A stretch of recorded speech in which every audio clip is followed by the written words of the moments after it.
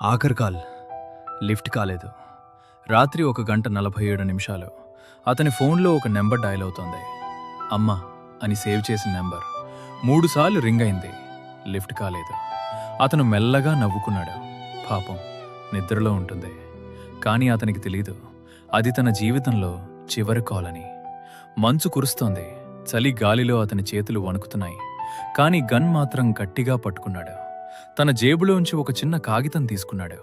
అది తన కూతురు వేసిన డ్రాయింగ్, నాన్న అని రాసి చిన్న గుండె గుర్తు గీసింది. అతను ఆ కాగితం మీద ముద్దు పెట్టుకున్నాడు. కన్నీళ్లు మంచులో కలిసిపోయాయి. నేనెందుకిక్కడున్నాను? అతని మనసు ఒక్కసారి అడిగింది. నా అమ్మ కోసం, నా భార్య కోసం, నా బిడ్డ కోసం, ముఖ్యంగా నా దేశం కోసం. అప్పుడే ఒక భారీ శబ్దం.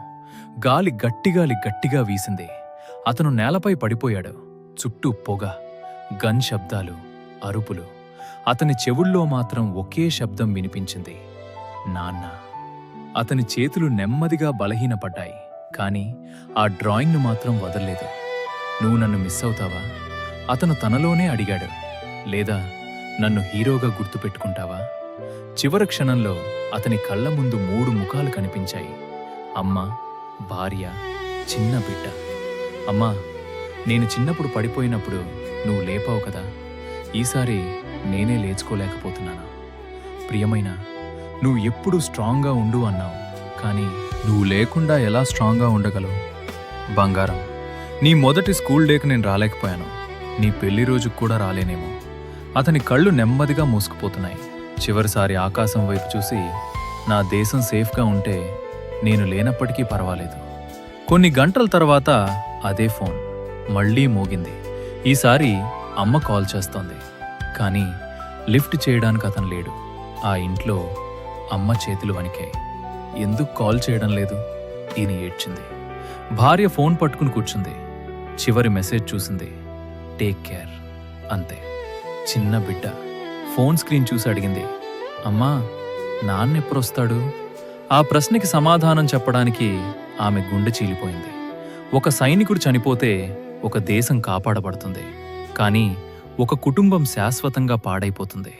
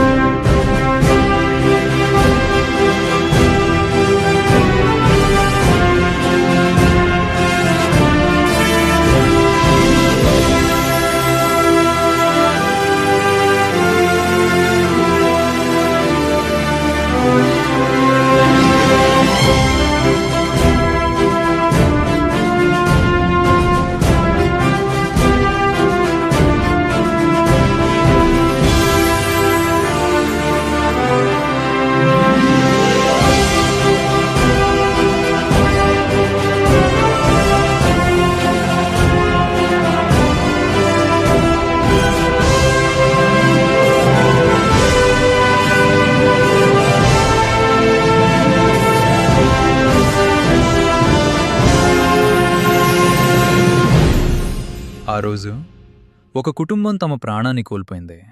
కానీ ఒక దేశం మాత్రం నిద్రపోయింది, సురక్షితంగా. ఈ కథ ముగియలేదు.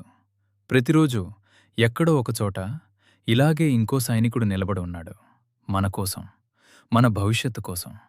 నీకీ కథ టచ్ అయితే ఒక్కసారి సల్యూట్ అని కామెంట్ చేయి.